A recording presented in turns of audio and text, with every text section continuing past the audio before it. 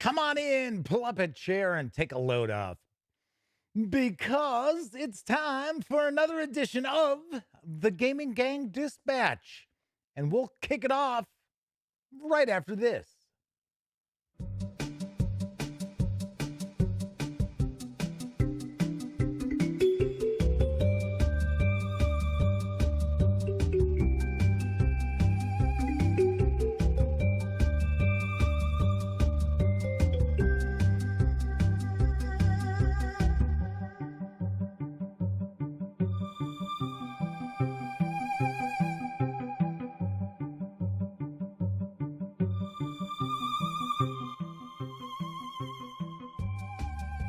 Howdy, howdy, howdy, gang. Welcome once again to the Duct Tape Studios.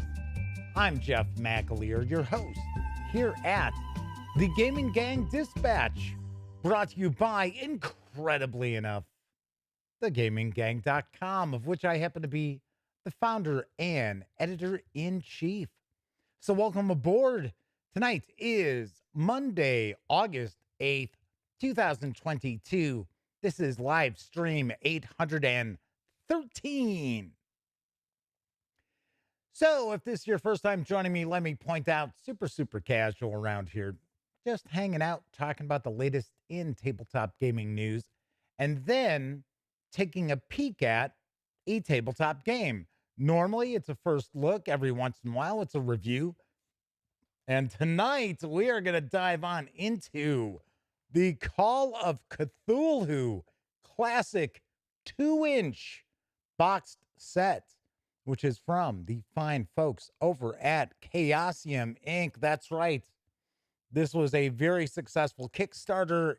It is out to the backers. It is available in retail as well as through Chaosium Inc. And we are going to jump on in and take a peek at this tonight. So this is going to be actually kind of an extra-sized, supersized episode because there's a lot in this box as far as I understand. So that is what is on our agenda tonight. But I do want to mention that we do tackle the tabletop gaming news first. So if you are tuning in because you want to see the CofC Deluxe Box Set, it's going to be a little bit, probably about 30, maybe 35 minutes or so before we have an opportunity to jump in, because I am also going to share a little bit of my experiences at Gen Con this past week. So had a lot of fun. It was very cool. Some things I do want to talk about. So I will touch upon those. In fact, probably all week long, I'll be sharing things that went on over in Indianapolis, Wednesday, Thursday, Friday, Saturday, and Sunday, which was yesterday when I got back. Of course, do want to point out, when you're not watching videos here on the Gaming Gang channel, be sure to visit thegaminggang.com for all the latest in tabletop gaming news, reviews, and a whole lot more that you won't find here on the YouTube channel. I have count them three new reviews from Sammy Uhas that are going to be up this week as well. I've got almost all of my interviews up as well. I've got a couple more that I have to get out there, and then you can take it from there. Yes, that's right. So this is a live stream. So that means if you are hanging out, you're watching live, there's chat available. And you can take part if you happen to be a subscriber for 48 hours or more. And that's pretty much it. Be a subscriber for the past 2 days. You can jump on in, join us in chat. So let's see. Who do we got so far? We have Christopher Rush was first out the gate. We also have the Motor City Madman himself. Yes, the Madman is with us. Kevin R. Smith, Testy Trekkie Simeon is here as well. And MC is joining us also. All right, so let's see. Anything cooking? Kevin says, ooh, the 2-inch box. I could only afford the 1-inch box when the Kickstarter was around. Yes, the 1-inch box is also available. I will kind of mention that as well. Simeon points out my Chaosium interview with Michael O'Brien, otherwise known as Mob, from Chaosium Inc. had good energy. Hopefully, there was some pretty good energy for all of my interviews. Uh, I think you'll find the Paizo and Cubicle 7 interviews had pretty good energy also. All right. So that is who we've got kicking it in chat right now. Madman says they're going to check out the videos from Gen Con this coming weekend because they've got a lot of prep going on for Savage Worlds Pathfinder, which I believe is hitting retailers next week. There is a bunch of Savage Pathfinder hitting stores, so that should be cool as well. So before I jump on into the news, do want to point out that good old Mango and Lala were giving me looks today like, we're going to bite you if you don't wish everybody a happy International Cat Day. So there are the two troublemakers. Yes, it is International Cat Day. I am a cat person. I like dogs too, but it's funny. I always tell people my cats always act like dogs. So it's like, oh, okay. All righty. So there is that. Omanal and Coco B are in chat with us as well. All right. So there are my two cuties. Simeon says must be hard to interview in masks to make it hard to read each other's expressions. It is just if you listen to the interviews, it's your voices are so muffled by the masks, and then you're like speaking really loud, and then the audio, thankfully it didn't clip too badly, but the mics don't sound great because you're kind of talking loud into them, even with the limiter. And I had limiters on both the receivers and on the camera, and it still was very, very close to clipping with that audio. Sorry to hear. Tessie Trekkie points out that their cat passed away at 19 years of age. Wow. That cat had a very, very nice long run. I actually have a cat. Well, it's not mine anymore. It's over at my brother's. And I want to say Tigger is probably pushing 17. And she is definitely an old cat. That is for certain. But it's funny because whenever I go over there, that cat is always right by me because it's like, oh, I remember this guy. I like this guy. So, so yes, my condolences to Testy Trekkie. That sucks. That is never a good thing. But on the flip side, you could have all those years of joy with them. So that makes it worth the pain and suffering of having to lose a pet. So let's jump on into the news because coming from Queen Games in Q4 is Dragon Quest. Here's the latest. A thematic and brutal roll-and-write adventure game for fearless adventurers based on the Dragon Quest. I guess that's what Drakenborgen or Borgin translates to. Players explore the ruins, trying to reach the treasure chamber in the center of the dungeon and escape alive with as much treasure as possible. A limited number of turns before the game ends puts pressure on players to take risks and score rewards because anyone left in the dungeon when time runs out dies. That sounds quite a bit like Clank. Except this is like a roll and write. Clank is a deck building game. Your way through the ruins is tracked on your adventure block that also tracks your status. On a turn, players cross off the next space of the sun track. When you cross off the last, the 19th, that's your final turn. You're going to roll the 4 custom black and 1 red movement die. You're going to be allowed 2 rerolls, but every time you roll a skull, the die is locked and set aside. If you roll 3 skulls, you don't get to move or gain any items. Otherwise, you're going to use your results to draw a path on your sheet, or they might force you to encounter monsters or create obstacles. Roll the danger dice to determine what type of encounter you have. If you run out of 13 life points, you die and you are out of the game. Player who collects the most treasure and lives is the winner. Yes, that is usually how things work. If you have the most treasure and die, doesn't matter how much treasure you've had. Melwinius from York is joining us. Good to see you, Melwinius. We don't get to see Mel as often as we used to. I believe it's a work conflict, but glad to see you swinging on in. Dragon Quest is going to be for 1 to 4 players, ages 12 and up. It's going to play in 30 to 40 minutes. It's going to carry an MSRP of $49.99. Gotta be honest, Queen Games was at Gen Con, and I was very surprised at how small their exhibit area was.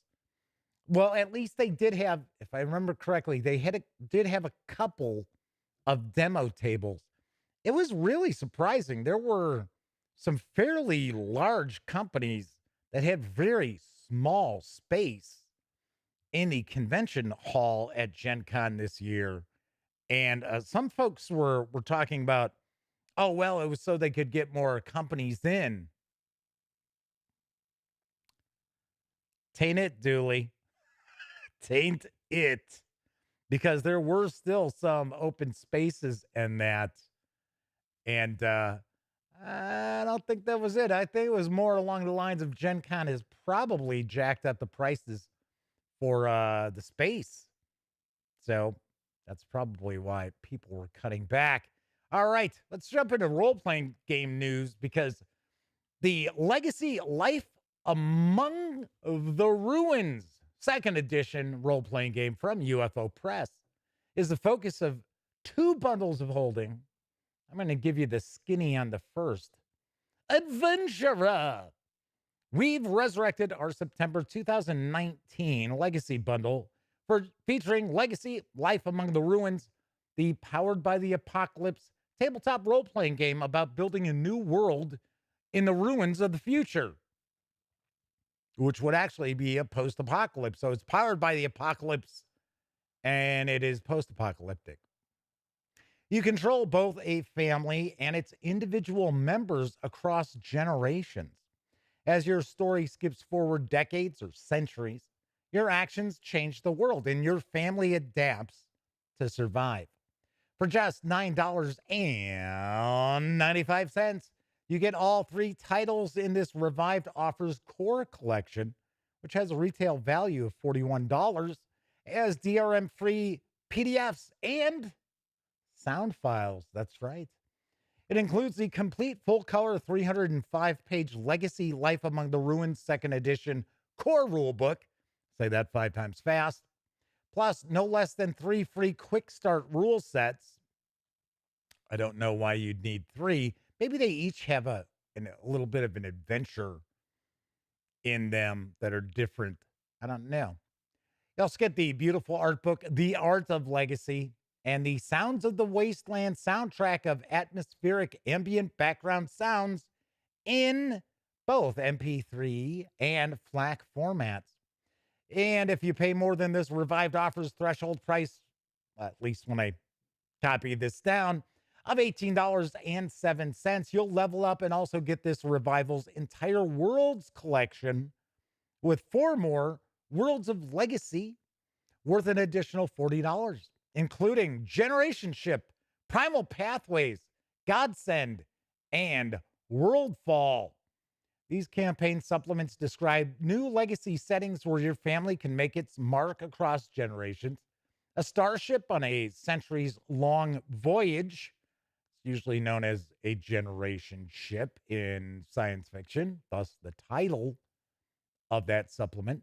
There's a fantasy land facing the end of time, or there's even the evolution of an entire species.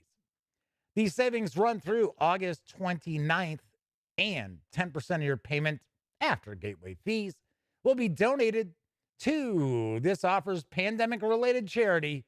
You guessed it, Direct Relief. Wish we get more charities. It's like all these, and I've got nothing against Direct Relief at all. Just like to see a little more variety. Usually, I think when Modifius does their bundles of holding, it's a no, it's Goodman Games does the food bank in San Francisco. For some reason I think Modifius Entertainment does something, a charity that provides eyeglasses and contact lenses for folks who are in dire need and can't afford them. So, but hey, Direct Relief, they're pretty cool too. Cubicle 7 Entertainment has announced a brand new fantasy IP. It's going to arrive as an RPG in 2023. There's a bit of a dish on Broken Weave. Cubicle 7 is excited to announce Broken Weave, brand new original IP and campaign setting. The weave is broken. The weave of magic is broken. The gods are dead. The lands are shattered, and the world has begun to forget what it once was. Time and distance have lost their meaning. The knowledge of how things once were drifts away like smoke, and those who remain struggle to live in a shattered world. But all is not lost. Community, hope, and trust in one another can remake the world. Walking the old forgotten paths gives them permanence. Fractured artifacts from before spark memories of what once was, and communities gather to create a new way of life. Broken Weave is a tragic fantasy setting where hope and community are the only path to creating something new. Broken Weave is coming in 2023. It's going to follow the release of Victoriana, another original IP and setting from Cubicle 7. I'm pretty sure it's the third edition of Victoriana from Cubicle 7. Of course, there's going to be more news about, of course, Victoriana and Broken Weave. So I guess I would basically say as more news breaks on Broken Weave, stay tuned and I will bring it your way. This is some of the artwork that has been shared for Broken Weave. My Cubicle 7 Entertainment interview with my pal Dominic McDowell. We do discuss this in a bit more detail. And one thing I found very interesting is this isn't just another typical, here's another grimdark series. Here's another grimdark RPG. It is a dark fairy tale setting, but it is not one where it's, oh, well, whatever we do, the world is going to end. No, that is not it. And as I mentioned, we do discuss that in a bit more detail as well. 245 Trioxin has joined us in chat, as well as Jason Bratley. Howdy, howdy, everybody. Back from Gen Con. Yes. On the horizon from Paizo Inc. is the Pathfinder adventure Crown of the Kobold King, the anniversary edition. Here's what I know. Celebrate Paizo's 20th anniversary with a glorious new edition of Crown of the Kobold King, the epic original Pathfinder adventure. The town of Falcon's Hollow is no stranger to peril, yet the danger growing in the dungeons below a nearby ruin pose a threat that only a new band of heroes can face. Wow, that sounds a little bit like Hamlet, doesn't it? Little bit. Just a wee teeny bit. Like the village of Hamlet. Ravenous undead, cunning kobolds, and sinister necromancers are but a few of the foes that shall soon menace that small lumber town. Yet none are potentially as dangerous as the Kobold King himself. This deluxe 128-page hardcover gathers 3 classic Pathfinder adventures into one unforgettable compilation, expanding them into a mini campaign and introducing a brand new dungeon level for heroes to explore. Completely updated to Pathfinder 2nd Edition, the insidious Kobold King and his minions return to bedevil a new generation of adventurers. Will your heroes save the town of Falcon's Hollow from the Kobold King? Or are they doomed to become the king's latest trophies? I wonder. I wonder. The Crown of the Kobold King contains the original adventures, Hollow's Last Hope, Crown of the Kobold King, and Hungry Are the Dead, all expanded and updated for use with Pathfinder 2nd Edition. There's over 100 pages of adventure for 1st to 6th level parties, a full gazetteer of the lumber town of Falcon's Hollow, 15 new magic items and other new treasures to discover, 8 classic monsters from the original adventures, all brand new to Pathfinder 2nd Edition. The 128-page hardcover is going to be available for pre-order next month. Still don't have any solid word on when this is planned to be released, but it is going to be available for pre-order next month. And it's going to carry an MSRP of $49.99. I'm glad to see Paizo revisiting some of their first edition content. And I'll kind of tell you why. And that is because if you've seen some of my reviews of a lot of, okay, I don't want to say a lot, some of their adventures these days for Starfinder and for Pathfinder, I'm kind of, they seem very rushed. And I got to be honest, I personally don't think that we really need to have a brand new adventure path for Pathfinder each and every month like clockwork. And I think that's why there's some fracturing of continuity and things like that in many of the adventure paths that come out. So by releasing some of these older adventures that have been, modified and ported over for 2nd edition, it would give other designers more time to put the finishing touches on each of these, chapters of adventure paths. So just pointing that out. Sarah D is with us, hanging out. New phone, no YouTube notifications. So Sarah forgot it was Monday. That's okay. Melwinius points out that they watched my review of the Midgard World Book from Kobold Press and ordered it right away. Also, the Heroes book. And Melwinius's wallet likes me. But Melwinius probably dislikes me now.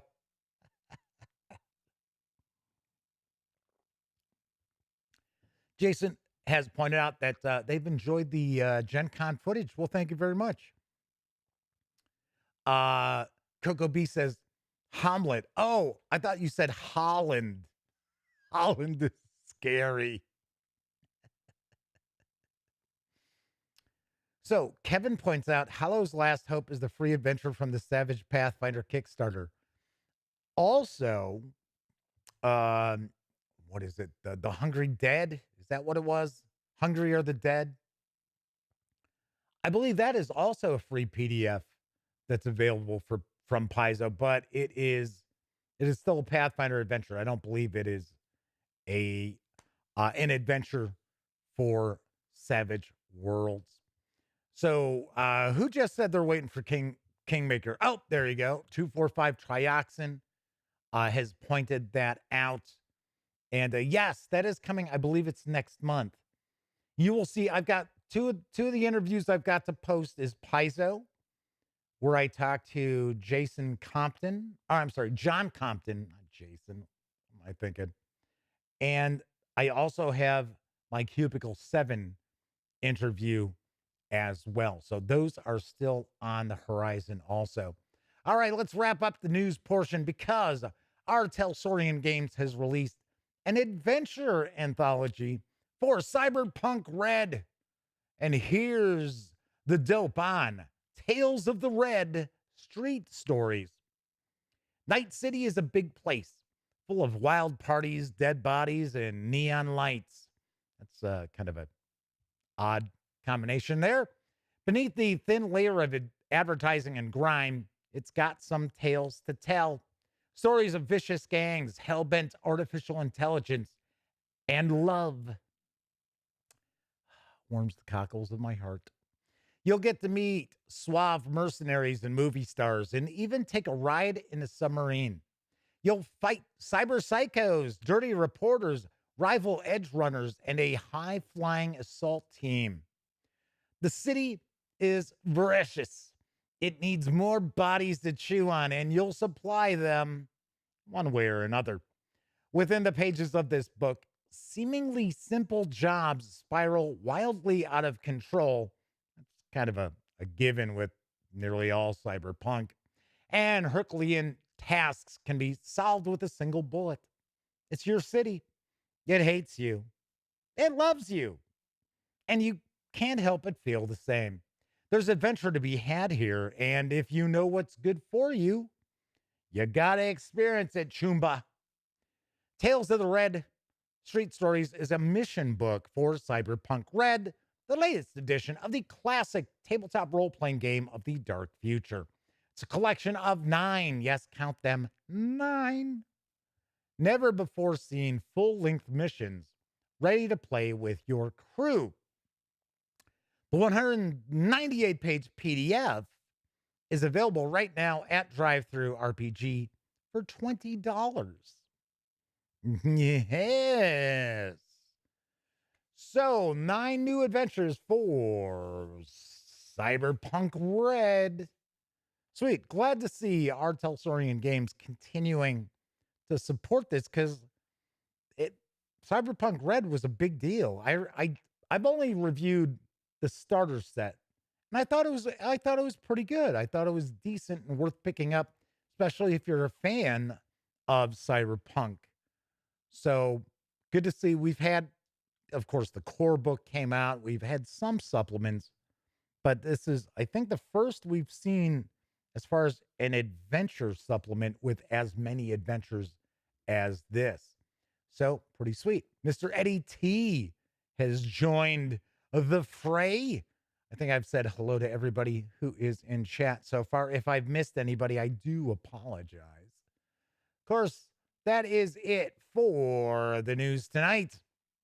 Of course, I was just talking about being able to pick up the street stories for Cyberpunk Red over at Drive-Thru RPG. Please keep in mind the gaming gang, thus the Dispatch, is affiliated with the One Bookshelf sites. So if you are going to go visit Drive-Thru RPG, please stop by at thegaminggang.com first. Click on one of our banner ads. That way, if you happen to make a purchase, I get a little portion of that sale. And all those nickels, dimes, and quarters really do add up and help keep thegaminggang.com around. Also, if you like this video, if you dig the YouTube channel, if you find thegaminggang.com to be a valuable resource, hell, if you like what we do, you can always make a small donation by swinging on over to paypal.me/thegaminggang and making a small donation. And thank you to everyone out there who does use our banner ads for Drive-Thru RPG. Really helps out, and a lot of people use them. So thank you very much. Thank you very, very kindly. And from time to time, we'll get some of you fine folks swinging over to paypal.me also. So thank you for that as well. All right, cool. It's good to be back. Good to be back home. It was kind of a long Gen Con, especially started off, and I'm not going to discuss all of Gen Con, and we're going to talk about that throughout the week. But it took over 6 hours for me to get there. And normally the drive is about 3 hours and 20 minutes, maybe 3.5 hours. And first off, I hit an accident that was in a work zone right when I was in Indiana, and I was going to be heading south from I-80, and right there was an accident, and that took about a half hour to go a mile. And then later, there was a detour that everybody had to get off the highway. It said it was construction. There was a congresswoman from Indiana who was killed in an accident on, well, I don't think they said what highway it was, so I'm not sure if it was where we were or not, or if it was like an access road along it or something. But everybody had to get off. There was a detour. I think it was a construction thing, because how could you set up these detour signs? It just wouldn't happen like that. And the detour was a few miles. So it took over 2.5 hours to go, well, it took over 2 hours to get the 3 miles I needed to get to the exit. So it was like, thankfully, I was not driving my car. I was driving my dad's car. Because if it was my car, I would have melted. I would have been. I actually posted a picture on Twitter after I did what I needed to do on Wednesday. I went and had a beer at Dick's Last Resort, and I just took a selfie. And you can see I'm kind of wiped in that picture. Anyway, so one thing I was going to talk about, and I have mentioned this a bit in the past recently, about how I'm segueing more and more into covering role-playing games and not so much board games. And I'll tell you what, Elliot Miller, my best friend, who is coming back, I don't know when. I have no idea. I have no idea where we're going to see new content from Elliot. But yes, the Madman points out, yes, you definitely looked wiped out in that picture. But I still hung out and drank some beer until about midnight. So I'm like, all right. Christopher points out, Gen Con did look fun this year. They've never been there. It's worth going at least once. It really is. It's worth going to at least once. What I would definitely recommend is, now I'm not sure if it was back to being 24 hours or not, but I would certainly recommend, if it's going 24 hours, yes, then definitely that's when you want to go. Because 5 o'clock in the morning, if you're sitting there and you're like, wow, I woke up early, got nothing to do. Well, I think I'll go play XYZ game someplace. So anyway, so Elliot actually got to see this firsthand. The difference in the treatment that I get from board game companies and role-playing game companies. So, yes, Jason says, had to have a few beers suffering for your art. No, there was no suffering involved. It was like, I had a few beers every night. It's just how it is when we go to cons and that. We don't get falling down drunk or anything, but we have some cocktails, we have some adult beverages, and enjoy ourselves. So anyway, I'm not going to name any specific companies. Now, I actually shot more interviews than I'm sharing. And some of them was because I didn't realize the stupid Rode wireless transmitter, or whatever, receiver, I should say, locked up on me. And I had no clue that it did that. So I had 2 interviews with absolutely no sound. And one of them was a really good interview with someone from Direwolf Digital. And then another interview I did with a game company that is not from the United States, and the representative did not have a very good grasp of English. And it's like, wow, this interview is so boring. No. And it's not like I've ever covered any of their games either. So, anyways, so there were two examples of showing up to do interviews with somebody from a board game company. Once again, I'm not going to say who, that had reached out to me ahead of time asking me to set something up. And then I got there at the arranged time and it was like, who are you? What do you want to talk about? Like, one of them, I walked away. The other one, I was super close. And I think the person under kind of got the feeling that, you know, if they kept going in the direction they were going, I was going to go and take a hike. And in both cases, I said to the person, you know what? You reached out to me. I don't have to do this. And I talked to a couple of folks in the industry on the role playing game side of it. And I had to laugh. Dominic McDowell from Cubicle 7, who I consider a friend in the industry, said, so let me get this straight. So you're over at their booth to help them promote their products. I'm like, uh-huh. And he's like, and they're doing you the favor? I'm like, uh-huh. Now, let's flip the coin, right? Every role-playing publisher or creator, because I did an interview with Chris Spivey over at the our Talsorian Games exhibit area, and I'm going to say something about that in just a moment. Anyway, every one of them recognized me before I even got to their booths, and were like, "Hey, Jeff, hey."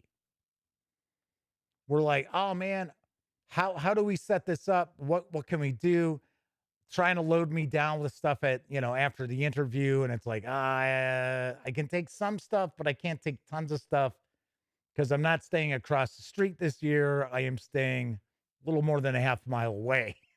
I would have to lug this stuff a half mile.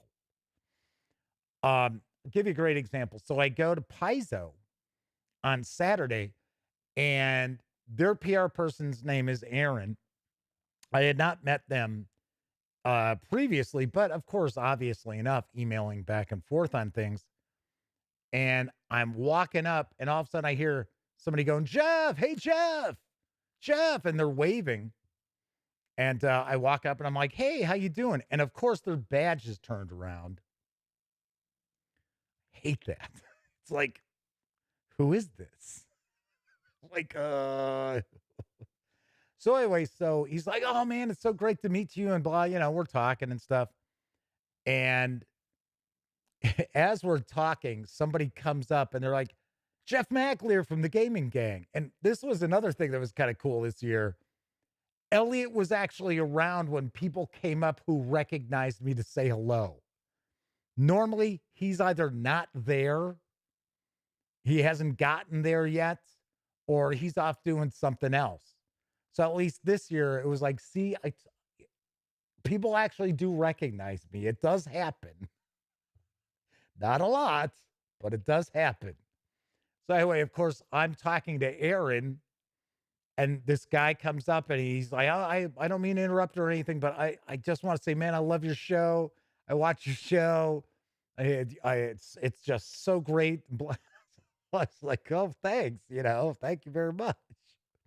So anyway, so at Paizo Inc., they actually took some of their volunteers from the booth and lined them up so that no one could get between the camera, myself, and John Compton. I was like,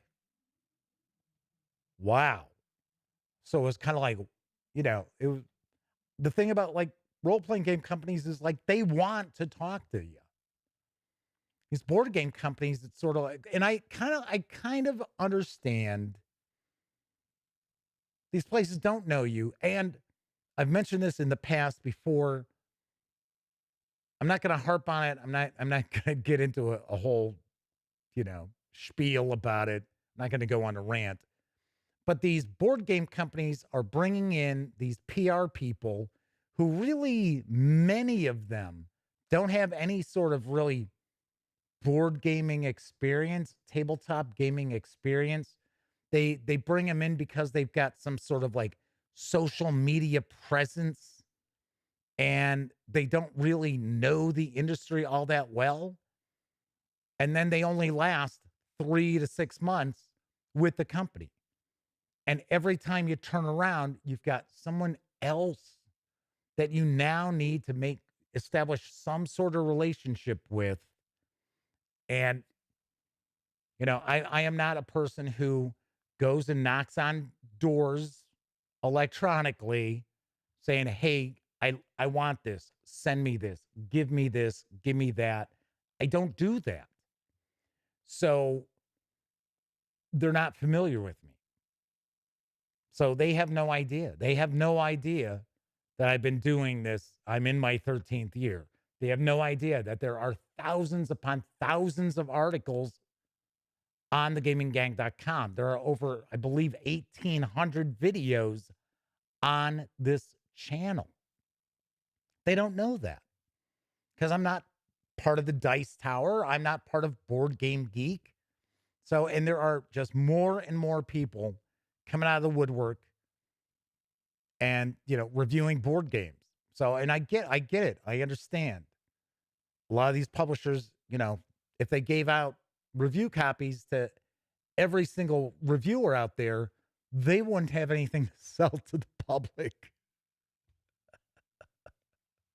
Kevin says, there's a real story. PR turnover. Yes, it's a lot of PR people turnover. And I think some of these people are like coming on board because they think it's going to boost their social presence. And then they leave or they move on to the next best thing.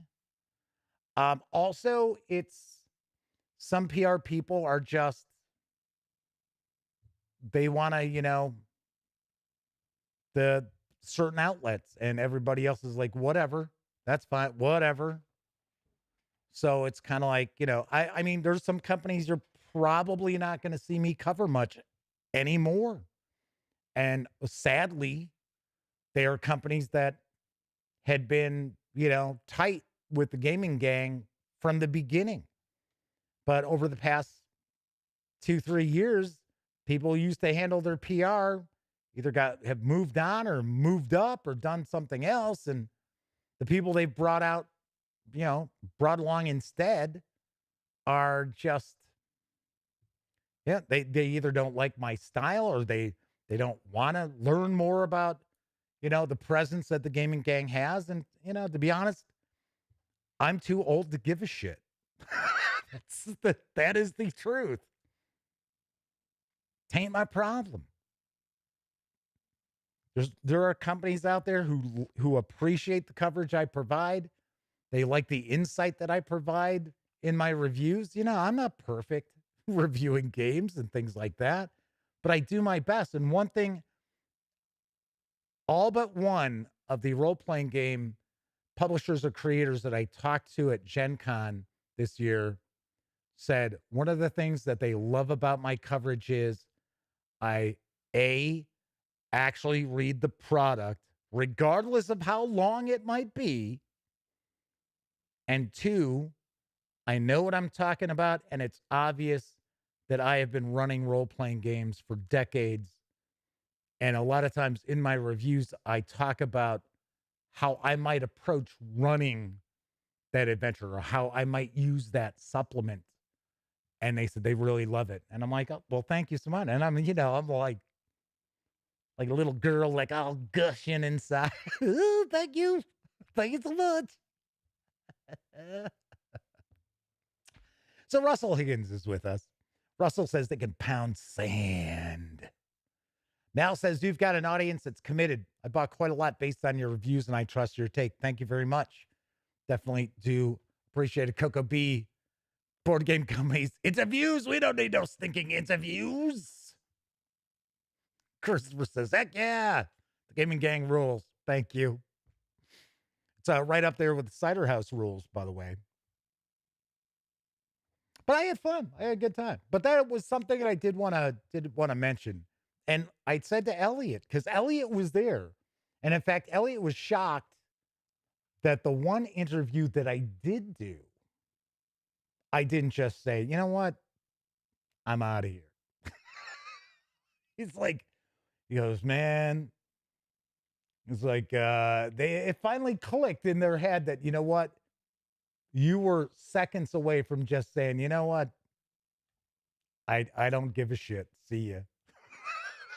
So it was like, so I got to be honest. I don't have tons of interviews because, for one, the first day's interviews were useless anyway because two of them didn't have any sound, and one of them was like, if I could, provide a disclaimer saying, hey, if you're suffering from insomnia, give this a watch. Maybe I would share it, but so then Sunday I took off. Elliot and his son Brian left early. It was like 10:45, and they were already in their car heading back up to the Chicago area. I was picking up my funds from the auction, and I thought we were going to hang out until about noon, and they were already gone. So I was like, oh, all right. I had already checked out. I figured, well, the car was over by the hotel. I'm just going to walk back over, jump in, head home, which I'm kind of glad I did because I actually got all my videos edited last night. That's something else that I don't do, like overlays, and I used to do a lot of B-roll and stuff like that. Nowadays I'm like, nobody really cares. Just having an overlay or something isn't like, wow, 1,000 more people watch.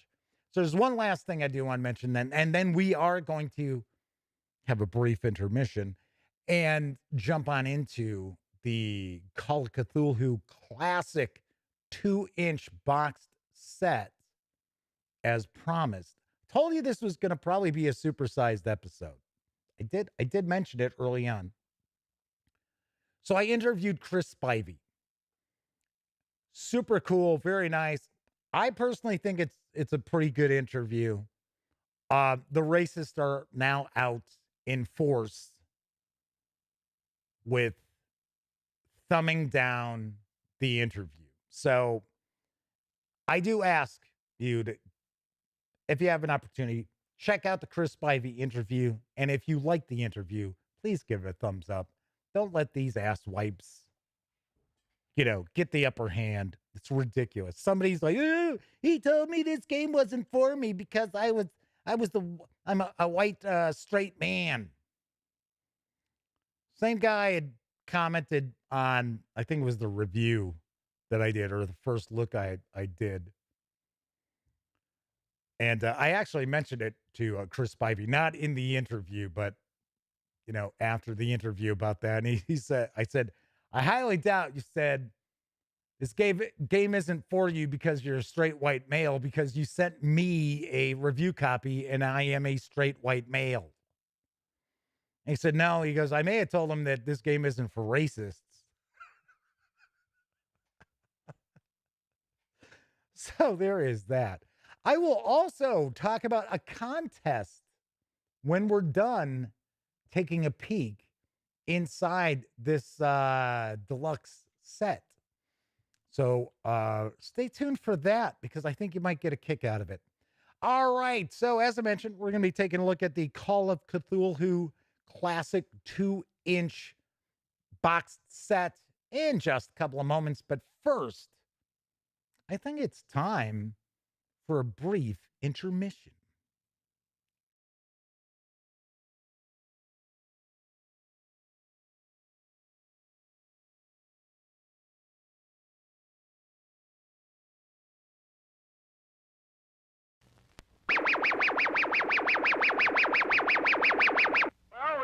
can't just drift here forever. Let's go, gang.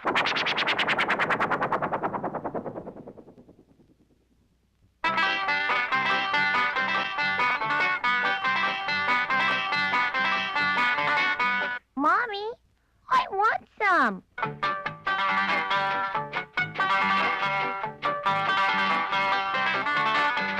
It sounds good, Charlie. Why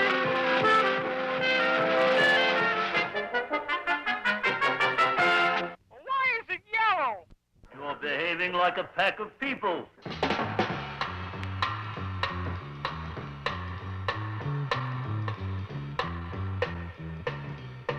is the last straw.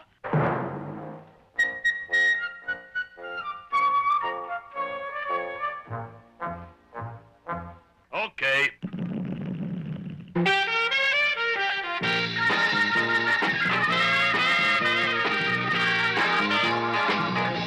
All right, fellas, hold it down.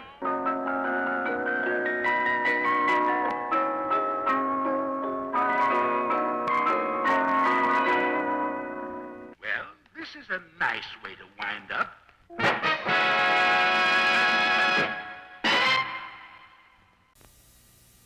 Wherefore art thou, Romeo, and whereof is my Wilkins instant coffee? The coffee's all gone. Well, so am I.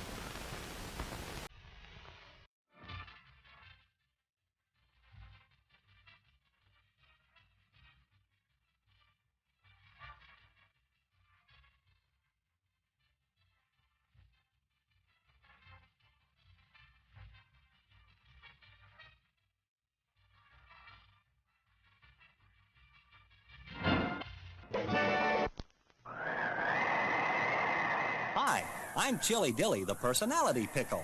Packed in a jar for the freshest flavor. Served cold in a sack for you to savor.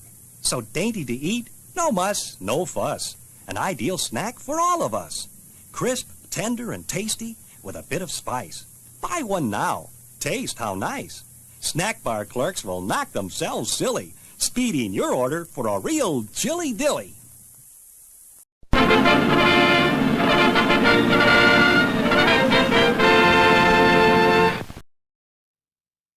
Wonkins lives. He does every once in a while. So Kevin points out, Wonkins just got dumped, not killed. Yes. He survived. He survived that one. Before we jump on in, do want to mention, Chris had pointed out that they've noticed a very disturbing trend in comics and video games, tabletop games, of people working their way into PR positions, and they have absolutely no qualifications to be there. Yes. I don't know.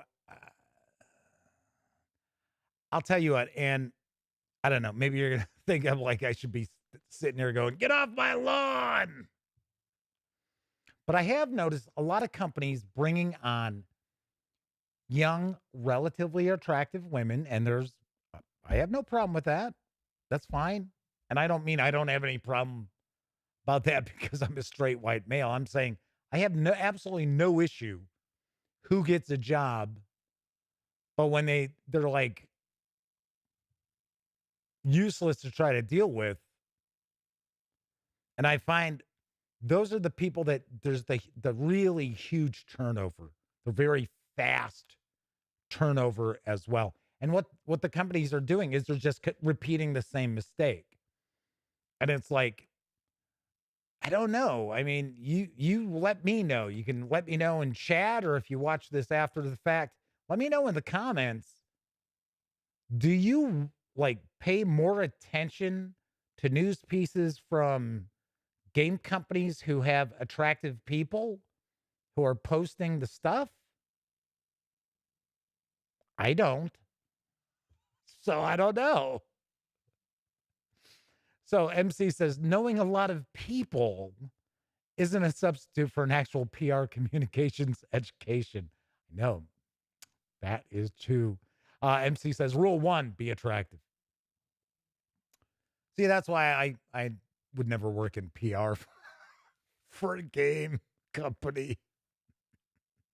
All righty, so we are going to be taking a first look at the Call of Cthulhu Classic 2-inch Deluxe Box Set from Chaosium Inc. I am not going to go through all of the authors and artists here because we would be here all night.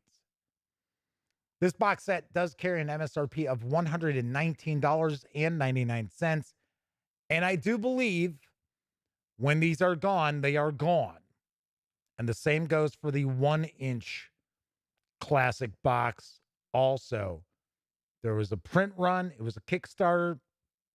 They are not going to do it again. So it's important for you to keep that in mind because if you want to grab this, you can snag it. Russell Higgins says, Sandy Peterson, Lynn Willis. Let's not forget Lynn. So Kevin says, you can only see someone's thumbnail on their post, so I don't see what difference it would make about how attractive they are. All right. So MCS, did they do extras for the store? Yes, of course. They did produce extra copies for retail. Okay. So let's jump on over to the other camera because here I've got the Call of Cthulhu box. Oh, man, does this bring back memories? Although, got to point out, the original Call of Cthulhu did not come in a 2-inch box. It was in a 1-inch box. So to my knowledge, this is what came in, essentially what came in the original Call of Cthulhu box and the first 6 supplements that were released is what is supposed to be in here. So let's get this on open. So there is the classic Call of Cthulhu rulebook cover right there. We're going to see in a moment. Okay, what's in this box? So it's an explanation of the parts. The original box Call of Cthulhu role-playing game contained 3 booklets, 1 world map, a set of identical character sheets, cardstock character silhouettes for use in the game, and 6 dice. For the 40th anniversary of the game, we've added bonus materials to help fill the box. Plus, it's a much sturdier box. Yes, it most definitely is. Please note that we omitted a printed product catalog and reader response card. I remember those. So it's going to tell us what is in here. Very cool. But, of course, obviously enough, we are going to see it for ourselves. So MC says they got the special edition of the Sandy Peterson Cthulhu Mythos for $5 It's a signed copy. And they got it on eBay. I've met Sandy. I've never interviewed Sandy, but I have talked with Sandy. And it was actually a very funny conversation because he was, I forget what his company's name is, but it was at Gen Con. And he was sitting there chatting with somebody I knew. And I said hello to the person I knew. And I recognized Sandy Peterson. I said, hi, Mr. Peterson. And he had asked what I did. And I said, oh, I'm a reviewer. He's like, yeah. Like one of them, huh? And talked to him for a few minutes. And all of a sudden he was like, well, wait a second. And he even said, he goes, you know your stuff. I'm like, yeah.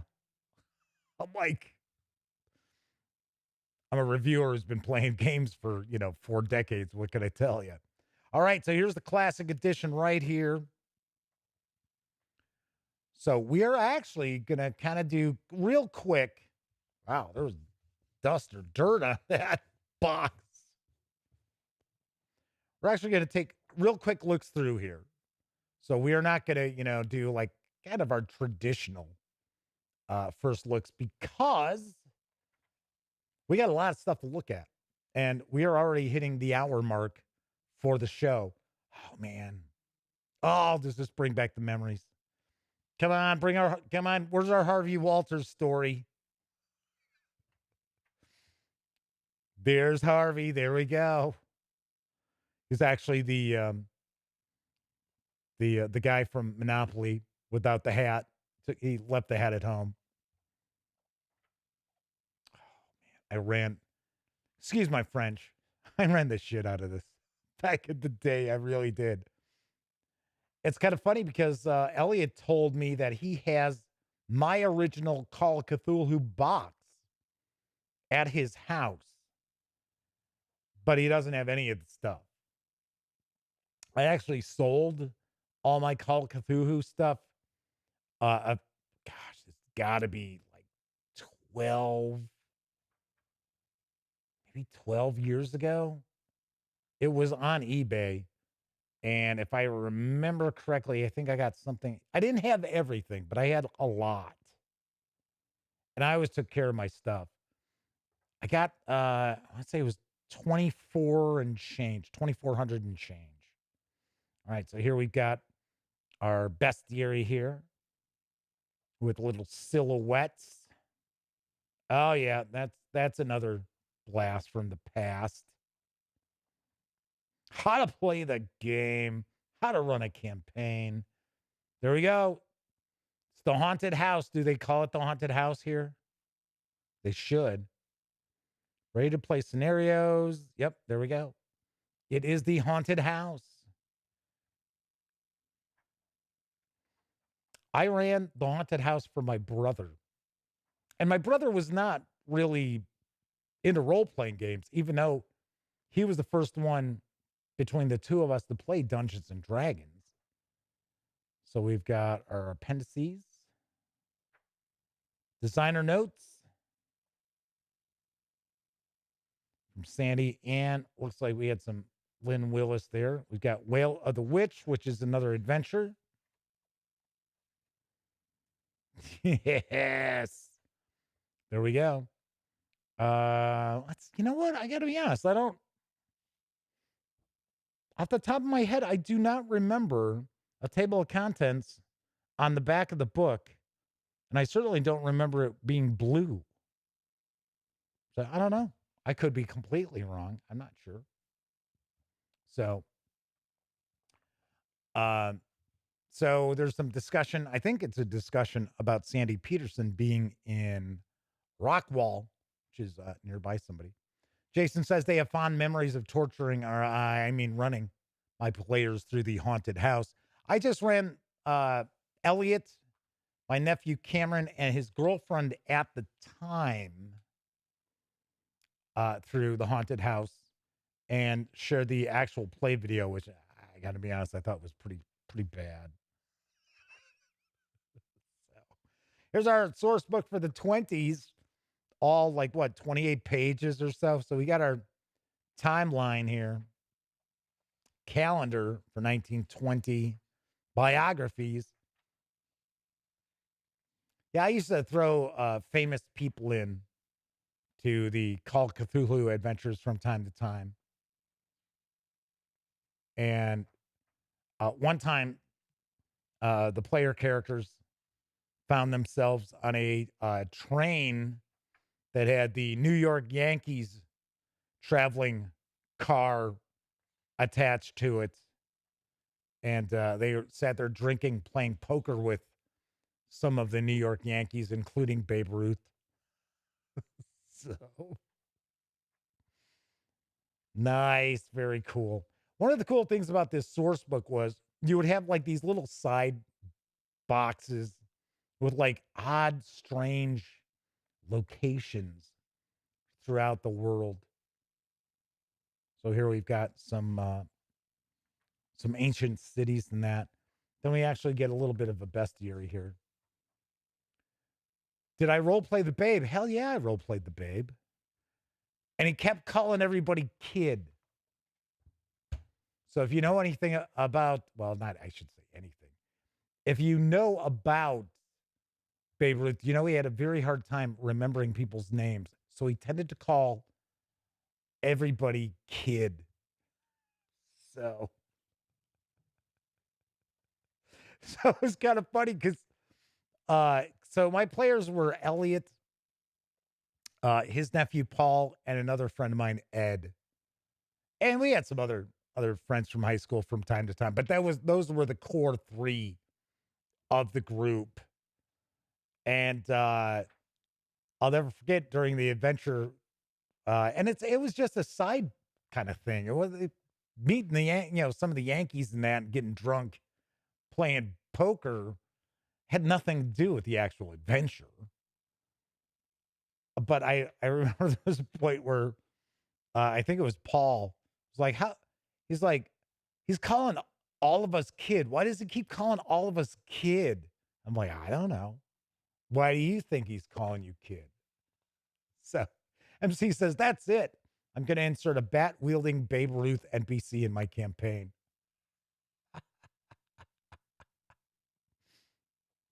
So Melody says, as Jeff's running Call of Cthulhu RPG sessions for decades, it's time to pay attention. I'll tell you one thing I was always good at was keeping the players in suspense. I am one of these kind of people where if the group broke up for any reason, split up for any reason, then I would send people out of the room. I did not have people sit around the table if they weren't together. And it was one of the reasons why I really didn't like them breaking apart, splitting up too often. And I also stayed away from any of the, this character gets kidnapped kind of nonsense, because that always ruins a good time. It's like, yeah, I showed up to play tonight, and I'm kind of sitting here not doing anything. Thanks a lot. Thanks for kidnapping me. But if they split up, I would have whoever was, in one group at the table for about 5 minutes, and then I have somebody come in, just have them switch back and forth. And something I did, I'm not going to go through the whole detail of it. It was actually part of Masks of Nyarlathotep. And to this day, every one of those players remembers that session, because it was like mini cliffhanger. Okay, send the other group in. And then what they were doing, it's like mini cliffhanger. All right, send in the other group. And it'd be like, they're sitting there, like, what's going to happen next to us? Well, you find out in a few minutes. And the funny thing is, the two groups, the things that were going on actually impacted each other tremendously, although they actually didn't realize that. All right, so this is actually Shadows of Yog-Sothoth. It is the first campaign that was ever published for Call of Cthulhu. MC says that's quality GMing right here. I try to have fun. I'm one of these people, I don't mind a little bit of kidding around, and I don't mind, people, I don't expect people to like be in character and stuff like that. I don't, if they're having a conversation with somebody, yes, I prefer that we like role play that out, especially if it's, if it's an important interaction. I'm not one of these, like for an example, you would have your skills that you roll, and you would have your oratory. I think it's orate in this, either fast talk, things like that. I didn't necessarily make people have to like go through the whole, spiel, but I always had them tell me what they were doing, how they were approaching it. It's never, I'm just rolling my skill. It's never, I'm just rolling my, my percentile dice. I needed to have something. And a lot of times they got a little bit of a bonus for doing that. So of course they were, looking forward to do that. Oh my gosh. Coming up next, this is another big blast from the past, The Asylum and Other Tales. Yes. Sweet. I remember that artwork. This is a series of short adventures. All right, we got the auction. I ran the auction. Something else I should point out, and I don't know, maybe people think this takes away from my my refereeing or my keeping or whatever you want to consider it. I have no issue running written adventures. I enjoy written adventures. I don't necessarily run them all as written, but I'm a fan. I really am. I gotta be honest, especially when you're talking Call of Cthulhu, I'm not clever enough to come up with, an adventure just, created out of whole cloth. I'm just not, I'm just not that bright. Just not. Let's see, the Madman. I'm trying to remember. I think I ran this. Black Devil Mountain. Is this with is it Ithaca? Is that what the thing is called? No, I don't think so. No, those are Guardians of the Mound. Okay, the Asylum. Yes, I used this. I did run that because it's actually really, really nice adventure to utilize when you've got a player character who ends up in an asylum. MC says they've been playing and DMing D&D for around 20 years. Ran plenty of written adventure modules. Never ever is written. Yeah, most people don't. A good many. Okay, I take that back. A good many people who have been running role-playing games for a decent amount of time never run adventures as written. I think these days a lot of people who get into the hobby, and I think some of it might even be due to like the critical role kind of aspect of things. And it's like, oh well, I can't deviate from this. Plus, you got to figure there are a lot of adventures out there that are railroads. Now, keep in mind,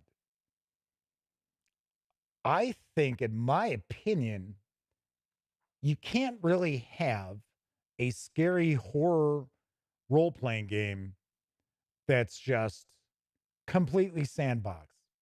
Pretty tough to pull that off. And one thing I can definitely guarantee is you cannot pull off an interesting and scary role-playing adventure if it's like, oh well, it's the game master and the players all, creating it together. Never seen that happen, and I highly doubt anybody does. And there are a lot of games out there. It's like, oh well, it's the game master and the players, all getting together, and it's a group thing. No, nope. Westchester House, yes, I have run this, and this is effectively just a takeoff of the Winchester House. And then we have rewards for valor. So giving some ideas of how you can reward your players for successful adventuring and so forth. Oh, here we go. Cthulhu Companion. I remember this one. Yes. So we get some adventures. If I remember correctly, I think we got some adventures in this, but we also got some like extra like setting material and options. Gosh, off the top of my head, I think I might be wrong, but I think this also had like additional phobias in here. Oh, yeah, I remember that. The hand reaching out of the book. So let's see. Jason says, oh, wow, just saw the price of this. It is, however, a collector's edition. Yeah, once again, like I said, when these sell out and they're gone, they're gone. I should also mention that Chaosium did a clean sweep as far as the Ennies were concerned. I think they were nominated for 6 and they won all 6, including role-playing product of the year and it's funny, I almost asked for a review copy of it, the classic Call of Cthulhu prop set. I almost asked, and I'm sure they would have given it to me, would have been absolute no issue. But I kind of had the feeling that maybe, because they didn't have a ton of them that I saw that were out. So I kind of had an impression that maybe they were running out of them. So we've got, here we go, source book editions. So we've got some asylums there. Rulebook. Oh, there we go. New phobias. Rulebook editions. There we go. Over 30 phobias, 2 new types of insanity, and 11 Cthulhu mythos, deities, races, and monsters to further confound. I almost said compound. I was like, what would you be doing? Compounding the investigators? Christopher says the best they've done as far as approaching a sandbox horror was a 3-month zombie apocalypse game back in 2002. So MC says that $119 is absolutely ridiculous. I don't know. I don't think so. I tend to be far more forgiving with price tags of role-playing game stuff than I am with board games. Right. And we also have some additional adventures. So we have this this werewolf adventure, which I actually kind of incorporated this into Massive Nyarlathotep when the investigators. Oh, MC said the Crazy Dune edition by Modifius. Yeah. Yeah, I know. I know it's wacky. I don't believe I ran this.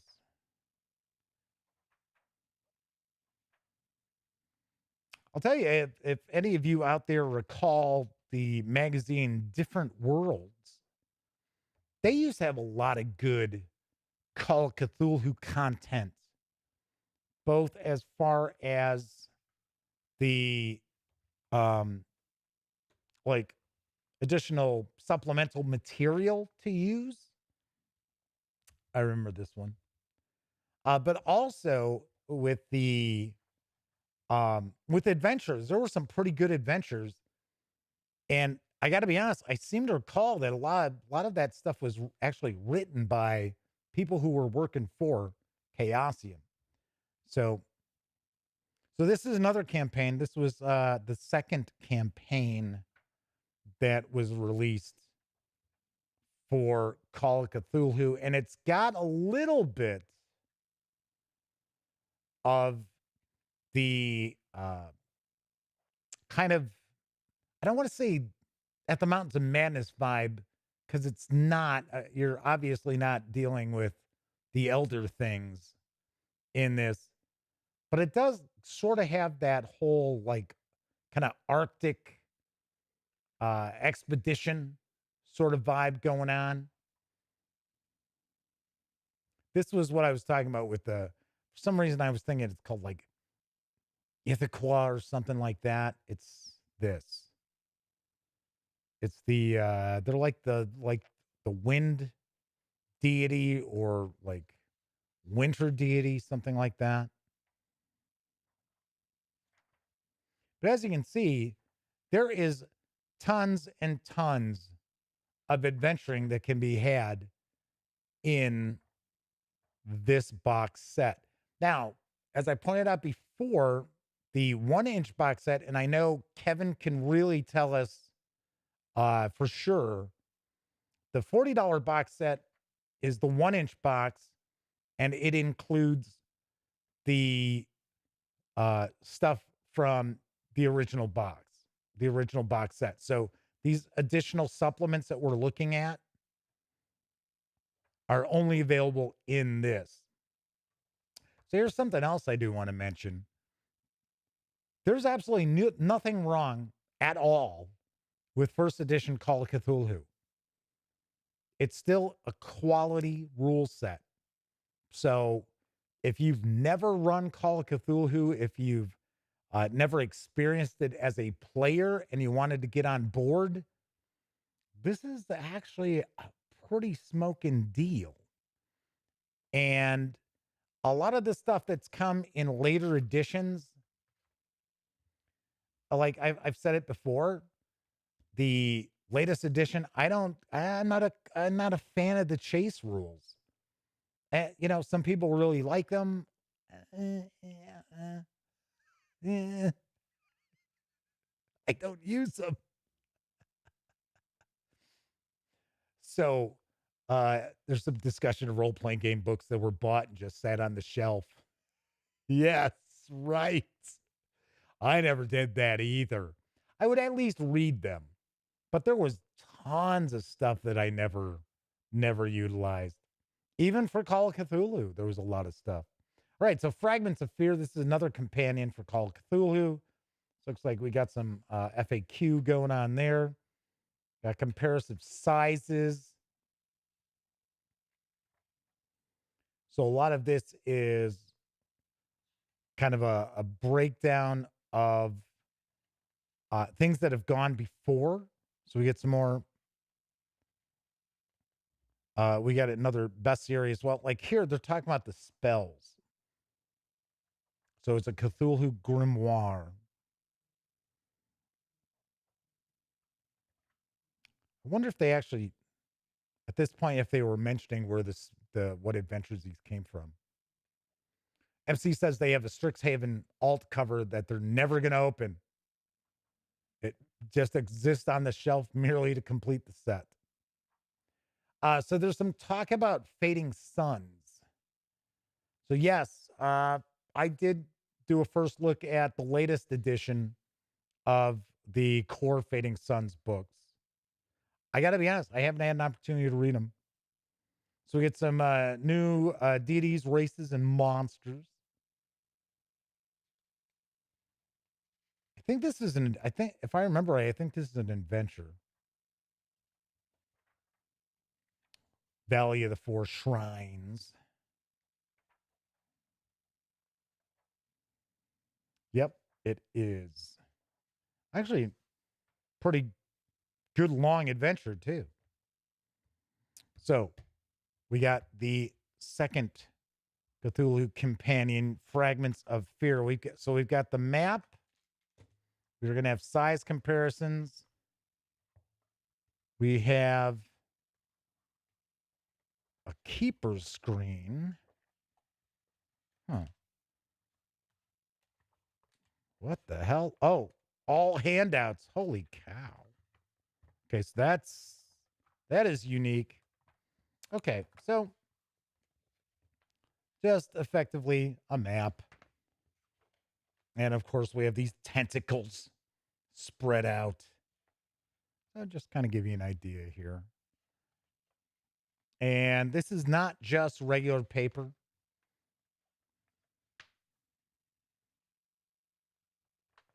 And then we've got a map of Arkham. There we go. It is, yeah, it is treated. Let's see. So does the size comparison. Size comparison has that same treatment to it. So kind of give you an idea of the various sizes of the various mythos creatures, including the great Cthulhu. So this is something different. I don't recall ever seeing this. But then again, I'll be the first to point out, I almost never use a Game Master's screen or anything like that. What I normally will do is I have a chair pulled up next to me, and on the seat of the chair, I'll have like an area where I'm rolling my dice and to keep stuff.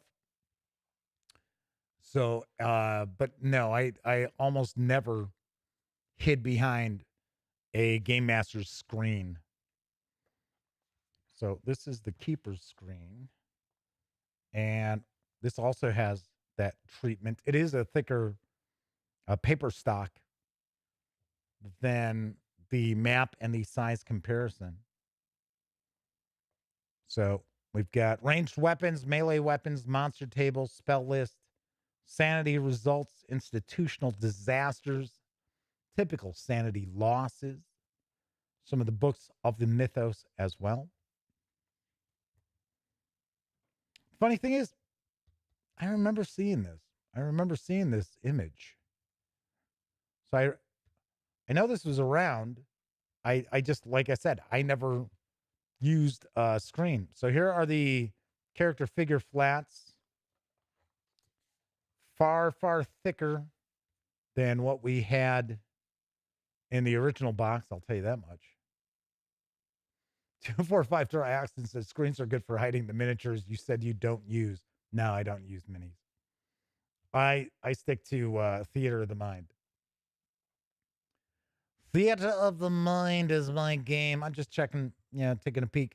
I apologize. We're looking at all this stuff, and if anybody was asking anything in particular of me, and I haven't responded, feel free to fire away again. A lot of times I just kind of get wrapped up in what we're looking at. All right, so it looks like the rest of this is all going to be handouts. Very cool. So they're all broken down by adventure. So one of the aspects that I always loved about Call of Cthulhu, and we'll jump in, we'll take a peek. And that was that you would have these handouts. And a lot of times the handouts are not the most legible, which is fine. I mean, it's a handout. It's supposed to be like that. And Kevin points out the keeper screen here is pretty flimsy. I agree. So, especially compared to, as Kevin says, modern standards, because this is, there you go. That's the thickness of this. So it is not like most keeper screens or, like Game Master screens, I should say. All right. So let's put all this stuff back in. There is a lot of stuff. I should point out, we also have a set of dice. And they look as if they are the same dice that are included in the, I don't know why I'm holding them up there. I don't have the autofocus on this lens. Here, you want to see an autofocus die? Here you go, everybody. Look at that. Oh, wow. That's good content. These look like the dice that are also in the Call of Cthulhu starter set, which is a phenomenal deal. Actually, I don't need that. Just keep them off to the side. I don't need to put it back in. So, as you can see, we've got all of these supplements, as well as the source book for the 1920s. I'm actually going to take the character sheets. There are 4 character sheets, which happens to be 2 more than what originally came in the box. I seem to recall there were only 2. I'm going to flip this over the other way. Because I think that'll fit a little easier into the box. MC says the 5e Dungeon Master screens are horrible. Too much artwork, not enough information. I would agree with you on that. So, Mal asks, is it true to the old Cthulhu release? It is. From what I'm looking at here, it's the same thing. Quality of the books, I want to say, cover-wise, tell you, hang on. Yes. Cover-wise, yes. And paper stock, I would say yes. Relatively similar. But I'm telling you personally, and of course, I'm not like an affiliate of Chaosium or anything. In fact, usually when they have PDFs, I tell you, go to Drive-Thru RPG. But from what I'm looking at here, $119.99. That's a damn good price tag. I really do think so. But now, of course, got to keep in mind that you are looking at adventure materials and game systems that are from 1981. So there is that, but I never had any issue running it. I still think first edition is absolutely perfectly fine. It's not like we're talking about comparing Advanced Dungeons and Dragons and 5th edition Dungeons and Dragons, because they are night and day. There is not a whole lot that resembles each other outside of the dice in those two. First edition Call of Cthulhu and 7th edition Call of Cthulhu, yes, there are changes. There have been things that have been ironed out, smoothed out, changed, tweaked, things like that. But still, the core mechanics of the game itself are the same. It's a percentile system. And I've mentioned this before. I am not a huge fan of the latest edition. And it's like, okay, so if it's difficult, it's half of your skill. And if it's extremely difficult or whatever, it's a quarter of your skill. And you actually have it written on your character sheet for everything. I still like it's easy. It's going to be, plus 10 to your skill, plus 20 to your skill. Well, it's going to be pretty difficult, minus 20 to your skill. To me, that's, far easier than, okay, so I need you. Okay, so it's extremely difficult, so you got a 4% chance of success. Take it away. So MC says the stories and adventure hooks are what sells books to them. Oh, yeah. One thing I always point out too, and it's one thing that I also tend to be a little leery about, is the amount of supplemental materials that come out. Call of Cthulhu has always been very well supported by Chaosium. All of the editions. I'm very happy to have seen that the issues that Chaosium had in the past are long gone and in the past, because those people are no longer affiliated with Chaosium Inc. I mean, there's still people who worked for Chaosium, but the people who are the issue are long gone. And big thank you to the fine folks. Forget the name of the company that owned Glorantha. Well, Greg Stafford was one of them, but it wasn't all of them.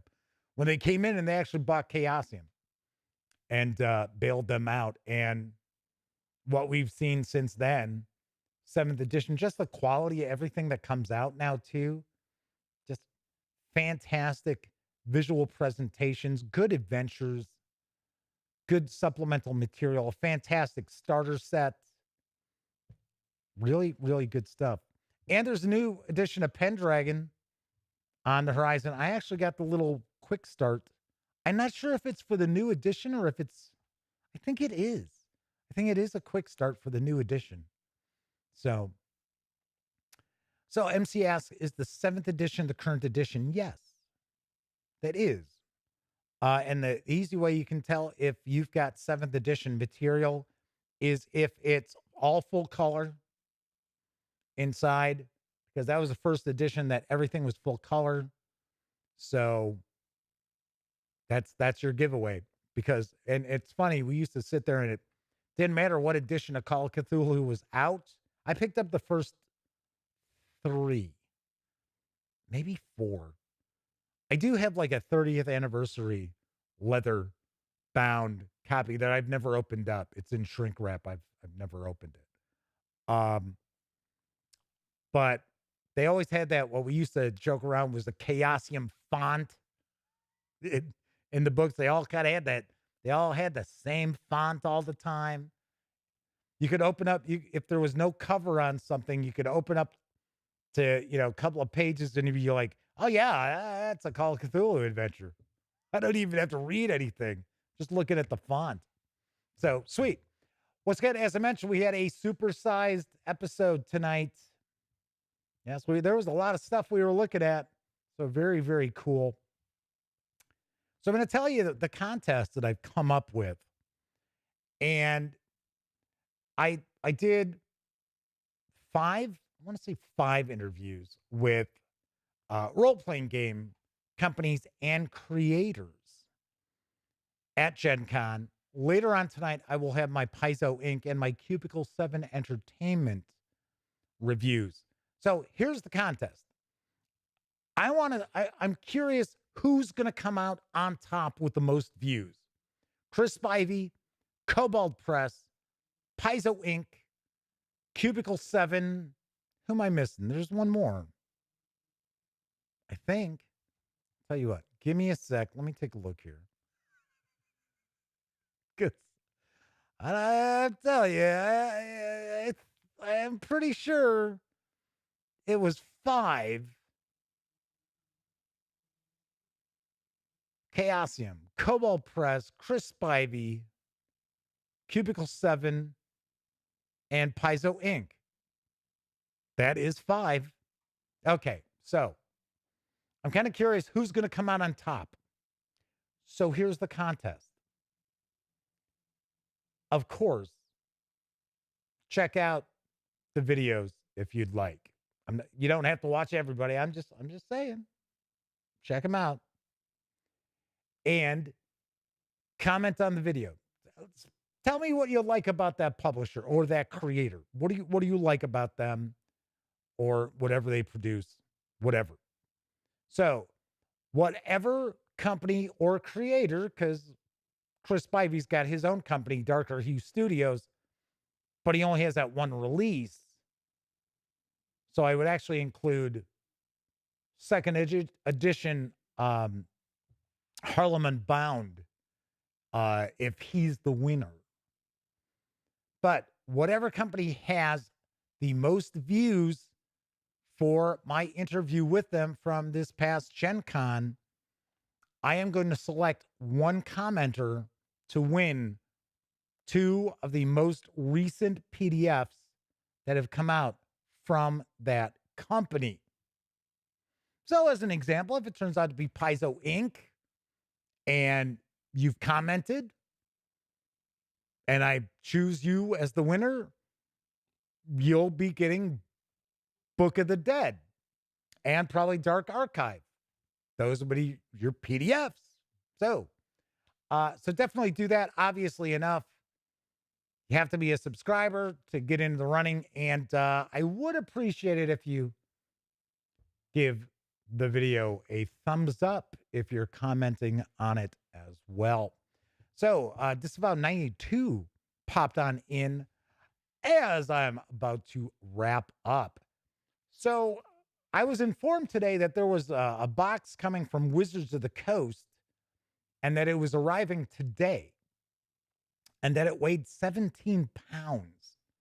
And I was like, what in the world could it be? And I thought, because I was kind of surprised, I have not gotten a copy of the starter set that is an exclusive to Target for, I think, the next 6 months. It's either 3 or 6 months. So I was kind of considering going buying it so I can share it with you because it does have a new adventure in it as well. And I thought, well, is that part of it? Even though that came out last week. Well, that is not what arrived. No. It is Spelljammer Adventures in Space. It is the 3-volume slipcase set. Also includes, I believe this is a Dungeon Master's screen. So tomorrow we are going to crack it open and we are going to take a look at the Astral Adventurer's Guide, which I believe is going to be the first volume in this set. So, got that, as well as the alternate art editions. So, you know there's going to be a giveaway for this. Always is. So I got that. And then they sent the campaign case terrain. And I'll be damned if this box didn't get banged up because FedEx just throws shit around. FedEx used to be a great delivery company. Now they're just hot garbage, hot trash. Looked like somebody tried to put their foot through the box this came in. But we're going to be taking a peek at this. And amazingly enough, I can't believe how many views the video for the creature case has gotten. And so far, the response to it is pretty negative. And I can obviously see why. Because it's like $65 for some little stickies that are probably going to wear out pretty easily, and some plastic discs. So 245 Taroxin says, yes, they saw some some Star Jammer review copies being received. Yes, so that's what it is. Normally, I'm right on top of stuff. So if I had known what was coming and that it was going to be here today, we would actually looked at the first book today and then did just the week of taking a look at it. So we are going to take a look at Astral Adventures Guide. Tomorrow, we'll look at one of the other books live on Wednesday's show. And then Thursday, I will shoot a standalone with the just a quick first look at the last book as well as the Dungeon Master's screen. So that is on the horizon. So very cool. Very nice. Very nice. All right. So that is it for this time out. 245 Taroxin says, I have zero interest in Spelljammer. Seems overly silly to me. I gotta admit, I'm curious about it, but yeah, my hopes are not high. So, because yes, I agree. It does seem kind of silly. And to be honest, back in the day when Starjammer came out, I was already gone from D&D. And even at that point, it seemed kind of silly. But we'll find out. It might be a hell of a good time. I have no idea, but we are going to find out. All right, so if you like this video, by all means, please give it a quick thumbs up. Subscribe to the channel if you haven't already. If you do subscribe, ding the bell. It'll not only let you know when the Dispatch streams live Monday, Tuesday, and Wednesdays right here on YouTube at 7 p.m. Central. Also let you know when I share convention coverage, such as my recent Gen Con interviews. So there is that. And of course, don't forget, whenever you're not watching videos here on the Gaming Gang channel, be sure to visit thegaminggang.com for plenty of tabletop gaming news and reviews and more that you will not find here on the YouTube channel. Those of you who are watching live, thank you very much. I think we had a good number of people in chat tonight. Hey, big thank you to folks out there who've been watching the show. Our numbers have been growing. Past few shows compared to like when I first started, night and day. Used to be like, wow, that episode, that cracked 100 views. I mean, it was. Sometimes I'd be like, wow, it's been a week and it's like at 80 views. I don't know. What am I, dummy? What am I doing this for? So thank you. Thank you very much. And of course, if you took part in chat, big tip of the cap, extra experience points for you. But of course, I also know a lot of people out there, you don't have an opportunity to watch live. Doesn't matter if you're watching live or on Memorex. I really, truly do appreciate each and every one of you tuning in to give it a watch. Thank you kindly. All right. I will be back tomorrow. And of course, as always, here's hoping each and every one of you get to enjoy plenty of great gaming with your gang.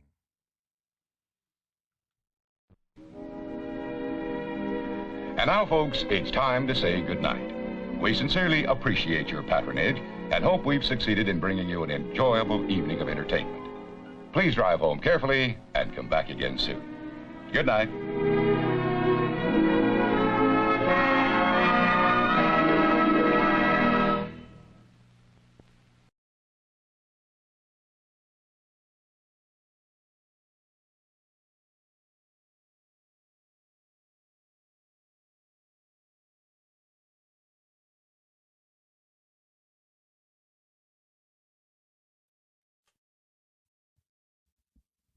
Oh, hey, you're still here. Well, if that's the case, by all means, subscribe to the Gaming Gang channel by clicking right here. Check out the latest episode of the Gaming Gang Dispatch, or find out what YouTube recommends you check out from the channel. And of course, once again, I'm Jeff McAleer. Thanks for watching.